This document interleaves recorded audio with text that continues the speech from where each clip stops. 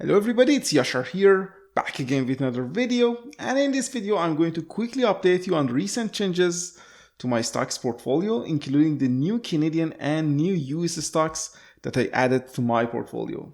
The dollar figure of my own portfolio at the moment is close to $100,000, very close to six figures, almost $95,000 in Wealthsimple and $4,200 in National Bank direct brokerage account. And our combined grand portfolio of me and my wife worth a little bit over $120,000 today. Before going over each position and the new changes to my portfolio, I just want to explain why I didn't post any video in the last couple of weeks. As you may know, I was dealing with a health issue, and on top of working a full-time job and also dealing with my side business, the health issue was really put a lot of pressure on me, and I wasn't really able to work on YouTube videos during this time. I absolutely wanted to work on YouTube videos. I love creating content, but having a full-time job and also dealing with hospitals and a weak physical body makes it impossible to work extra hours on video. I think the health problem is resolved now, at least that's my hope, but I just want to apologize again for lack of content during this time, and I will try to have a more consistent uploading schedule from this point on. I'm sure you want to know what my moves were during the past couple of weeks, so without any further introduction, let's jump right into this. In the past couple of weeks, I started to buy two new stocks. One Canadian stock inside my TFSA and one US stock inside my RRSP account. The Canadian stock that I added to my portfolio is Canadian Pacific Kansas City Limited, the stock that I always wanted to buy, but the valuation never seemed to be right for me. I finally pulled the trigger when the share price dropped to $95 a few days ago, and I bought a starter position in Canadian Pacific. My portfolio in particular lacked exposure to industrial sector, and CP is a great choice to diversify my portfolio into this new sector of the stock market. While the current price to earning ratio of the company is 22 and the price to cash flow of 20 are just basically in line with their 5-year average, I think this company is worth the market premium that I'm paying for this stock at the moment. This is one of the best recession-resistant companies in Canada with an extremely wide moat and oligopoly with great potential to eat up even a larger market share in the future due to their control over Mexico, US, and Canada railway routes, which is unique for a railway company. Their debt is a little bit too high, but in the recent earnings report of the company, the management team at CP promised that they will reduce the leverage on the balance sheet in the next couple of quarters, and they will be able to grow their cash flow at high single digits to low double digits, which is great in my opinion. I will continue to buy more shares of CP in 2024 when my TFSA contribution room increases by $7,000. I also bought a strong consumer staple business inside my RRSP, and that was Monster Beverage Company, which I started an initial position in this stock when it dropped to $50 a few weeks ago. In terms of the valuation, Monster doesn't seem like a cheap stock at all. It has a price to earnings ratio of 37 and a price to cash flow of 36.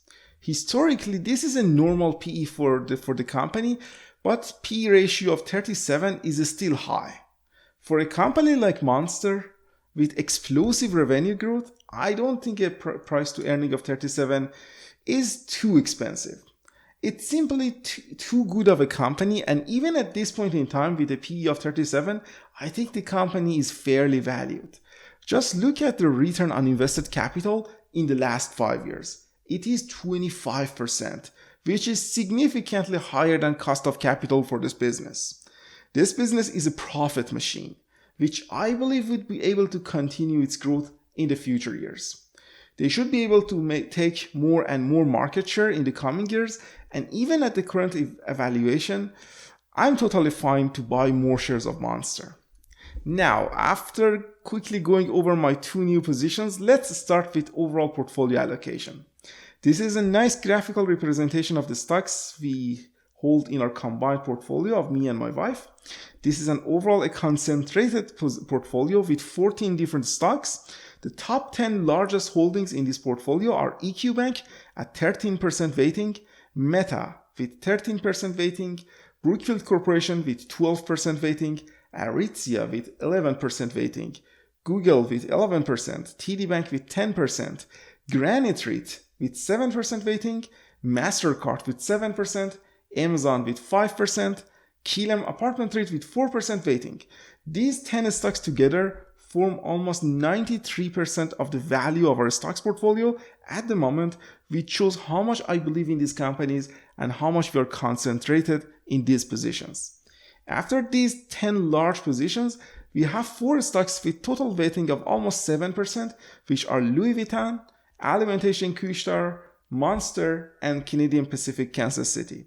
Of course, the plan is to build a larger stake in these 4 stocks in 2024, so we can have a much more balanced portfolio at the end. In terms of the sector allocation, financials and tech are still our largest holdings, followed by consumer discretionary stocks.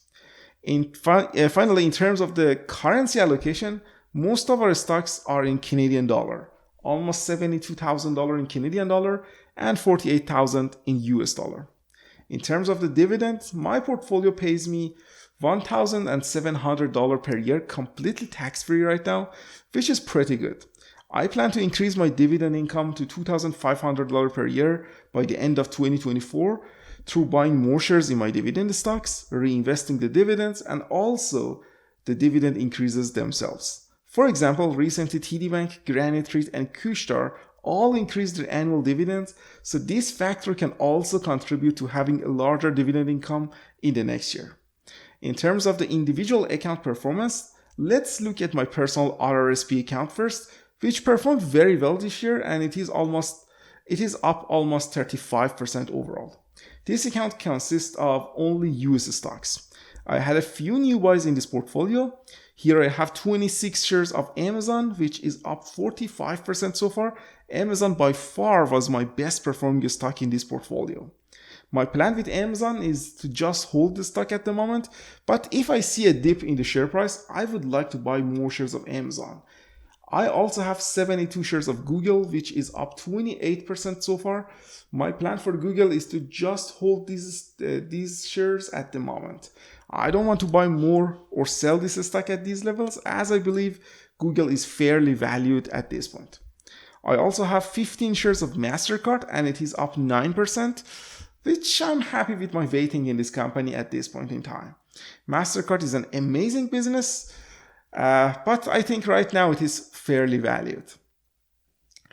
As you can see here, I sold my entire stake in PayPal when it went up to around $70 a few weeks ago, and instead I started to buy Monster beverage stock.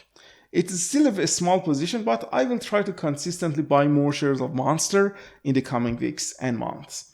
My target share count in Monster is 100 shares, so right now I only have 1/4 of my target position size in this company.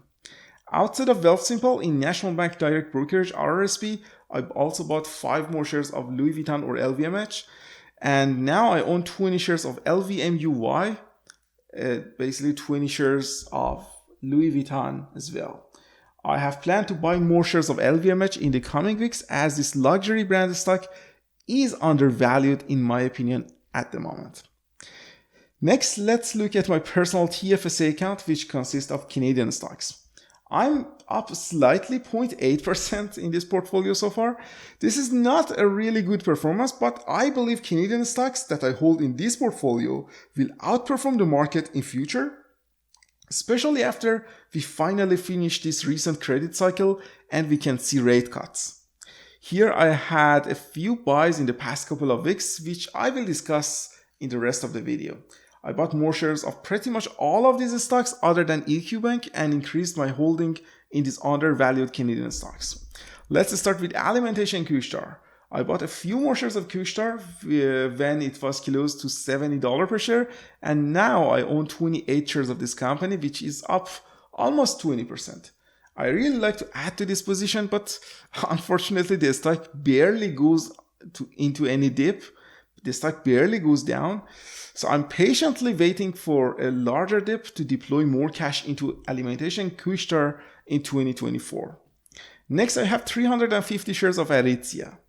They had a couple of disappointing earnings reports and the stock went down almost 40% after these reports. I bought 30 more shares of Aritzia to average down in the last month, and now overall I'm down 30% on this position, which makes Aritzia the worst performing stock of mine. But I believe Aritzia can easily rebound to $40 range if they report good numbers in the next couple of quarters. I think this stock is way oversold and undervalued here. This is not a regular retailer with declining revenue and tons of debt on the balance sheet. This company virtually has no debt and they are still growing revenue even in a not great macroeconomic condition. And if they can solve the inventory issues and manage their costs, I believe Aritzia can rebound quickly to $40 range. I will deploy a small amount of cash each month to nibble on Aritzia shares at this point.